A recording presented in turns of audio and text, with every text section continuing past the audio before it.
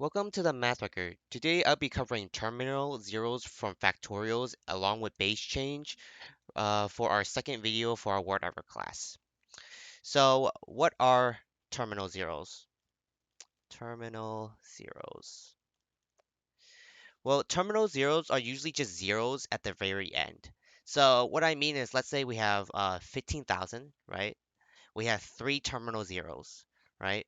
So if we have 15,001, we don't have any terminal zeros. And the reason is because there's a 1 in the end. For terminal zeros to be terminal zeros, they have to be zeros and they have to be at the very end.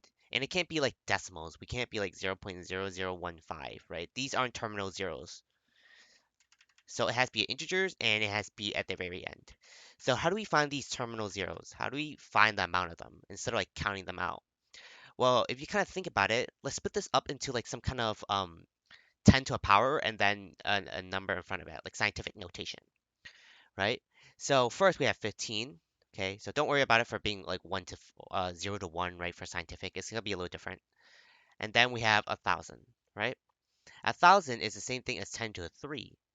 The 3 here, right? And there's three terminal zeros, right? So do you see the pattern here? And the reason is because when we have 3, right, multiplied by 10, that's 30. Multiplied by another 10, that's 300. Multiplied by another 10, that's 3,000, right? So every single time we multiply by 10, we actually add a 0 at the very end. And that's what gives us our idea for the terminal zeros.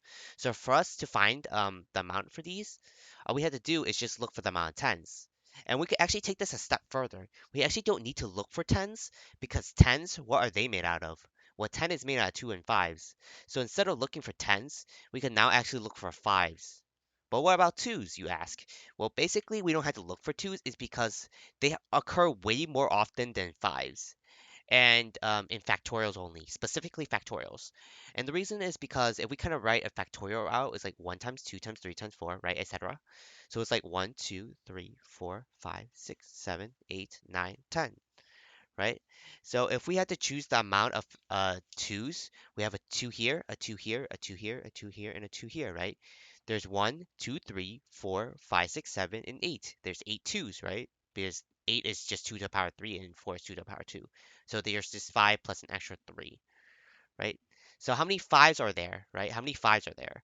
Well, there's a 5 here and there's a 5 here from the 10, right? There's only two of them, right? And that's why we only had to count the amount of fives, right? And the reason is because if we have okay, so the amount of twos we have is eight, and the amount of fives we have is two, right? So if we kind of to draw this out in a way, it would be one, two, three, four, five, six, seven, eight, and one, two, right? So we have eight twos and two fives. Every single two has to have a five to make a 10, right? So all these twos are just extra twos because we don't have any fives. We have nothing here to make a 10. So that's why we only need to count the amount of fives because there's going to be way more twos than five, but those twos are not going to do anything because there's nothing to put it with to make 10. So when we had to find terminal zeros, all we had to do is just look for the amount of fives. So let's use a easy scenario. Let's use 5 factorial, right? And this is the usual case with base 10. So our usual number system, like counting from 1 to 10.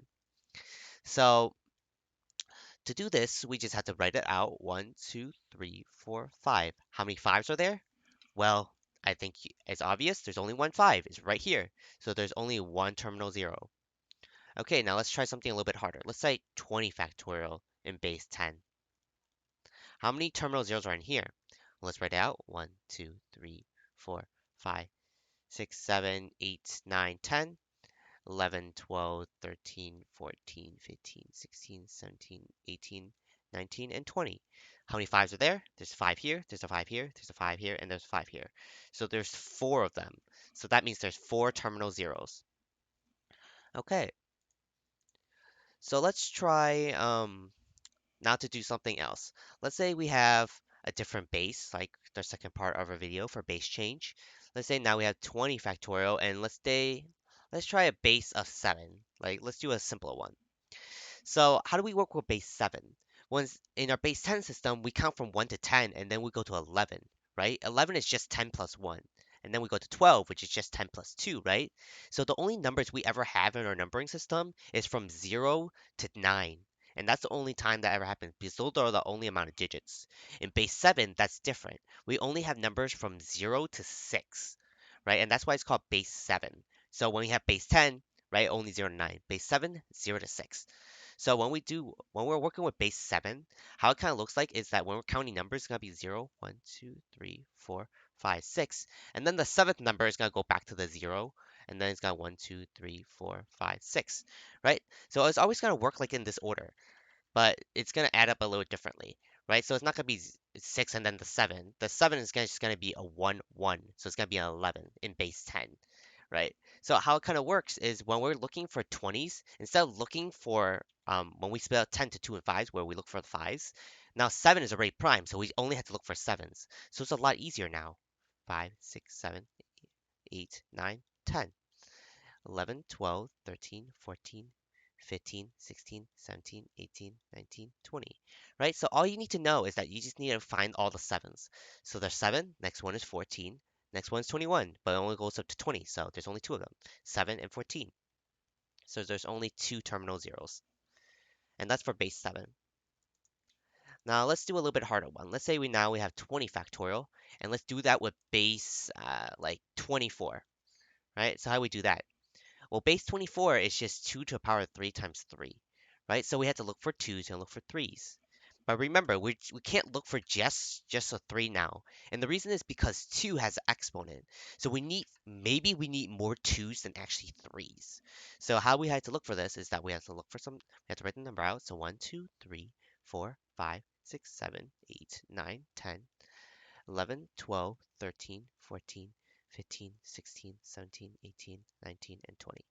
So how many 2s are there? There's 1, 2, 3, 4, 5, 6, 7, 8, 9, 10, 11, 12, 13, 14, 15, 16, and 17, 18, right? So there's 18 2s. So the amount of 2s we have 18. Okay, the amount of 3s we have. So we have 1, 2, and 3, 4, and 5, a 6, and a 7, 8, right? So we have 8 3s. So how many 24s can we make? Remember, it's made out of 2 to the power 3 and a 3. So how many 3s we have? We have 8. How many 2 to the power 3s we have? Well, since this is just with the amount of 2s, we have to divide by 3. So 18 divided by 3, by the exponents, we have 6, right? Because this is just 2 to the power 18, and this is 2 to the power 3, and then raised to the power 6, right? It makes 2 to the power 18. So it's the same thing. So there's only 6 of 2 to the power 3 and 8 of 3s. So even though we have more, our 3 is less than our 2, and this 3 seems to signify that there's only 8 24s. Well, that's not the case because there's only 6 2 to the power 3s, which is what our exponent is telling us. So then using this as our limiting, that means 6 is the amount of terminal zeros. So you have to be careful about these. Okay, and that's basically how you do it by hand. So how do you do this faster? Well, usually how I do it faster is I use a calculator, right? Calculator always makes things faster. So we have to look for 20 factorial in base 24 or in any base, right? So, oops, I forgot to write the base. In base, whatever, right? Base 24 specifically.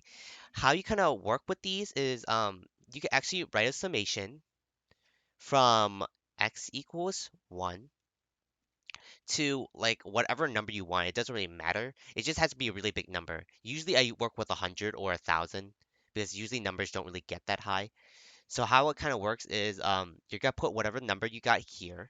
So that's your 20 divided by whatever the base you're looking for. Remember, 24 is made out of 2 to the power 3 and 3 to the power and just 3, right? So we have a 2 and a 3. So we put a 2 and then we put an x. So whatever that number is, we put 2 and then we raise it to a power x. And for this number, we only gonna have to calculate the integer part. So how we do this now is that now I'm gonna rewrite it a little bit when you're using your calculator because the calculator does have a function depending on what calculator it is. I know what Nspire does is that you can put the integer part and it'll only give you an integer. So if the number comes out as 2.4, it only gives you the 2.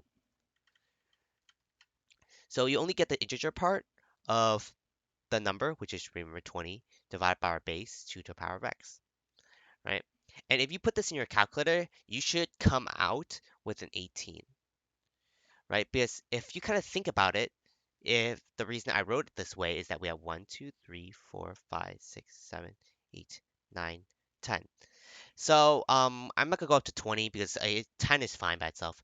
So if you kind of think about it, if we had to x equals 1, so that's 20. 20 divided by 2 is 10, right? Um, so actually let's think about this as 10 because we only have 10 numbers. So 2 to 1. So 10 divided by 2 is 5, right? There's 1, 2, 3, 4, 5. Right? Makes sense because every single 2 there is 1 0. Now we put x is equal to 2, right? That's 10 divided by 4. The integer part of this comes out as 2.5, but the integer part is only 2, right? Which makes sense because there's only two 4s. There's a 4 here and there's a 4 here, right? Because now there's an extra 2 here and 2 here, right? Because 4 is 2 times 2. 8 is 2 times 2. So now we have one more 2, which makes sense because now we have x equals 3. So when I have x equals 3 is 2 to the power 3. That's 10 divided by 8, right? And 8 can only go up, it's like 1, it's only integer part 1, right? So there's only one of them. And that gets us our entire number because there's only one here, there's 2 here, there's 1 here, there's 3 here, and there's 1 here. And that's basically how you find it. Because every single 8 numbers, there should be another 2. Every single 4 numbers, there should be another 2, right? There should be an additional 2, right? So then when we had to look for these numbers, basically we just put it over some kind of this equation for our summation. So the general idea, instead of writing it specific for a question, it will be if we have n divided by some kind of prime raised to the power of x.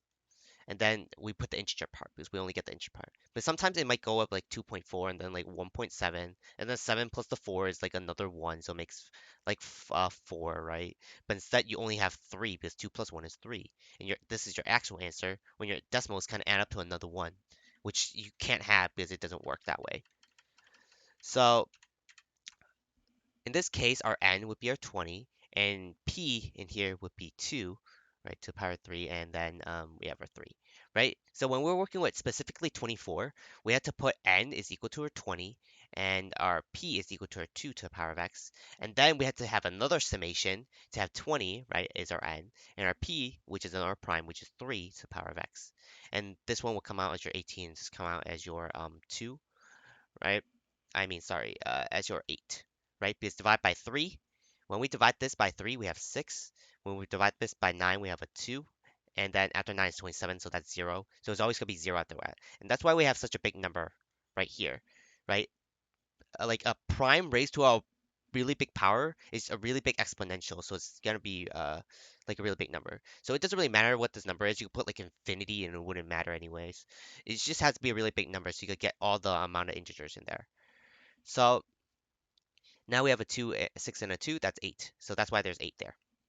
So remember, this is only with the 2's. We need 2 to the power of 3's, right? So 18 divided by 3 is 6. Now compare 6 and 8. So there's 6 of them, right? So there's 6 terminal zeros. And that also works when we're working with 20 and just factorial like in base 10, right? So our summation from x equals 1 to infinity. It doesn't have to be infinity as I said before. And then the integer part. So I use ipart for integer part, which is the specific language for nspire.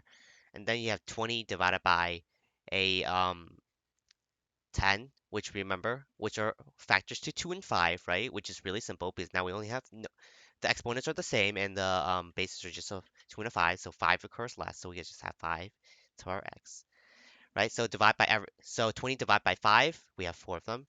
20 divided by 25, we have none of them, so that's 0.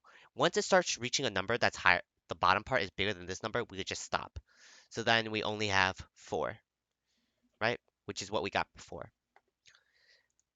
Well, I hope this was interesting, and I'll see you at the next math record.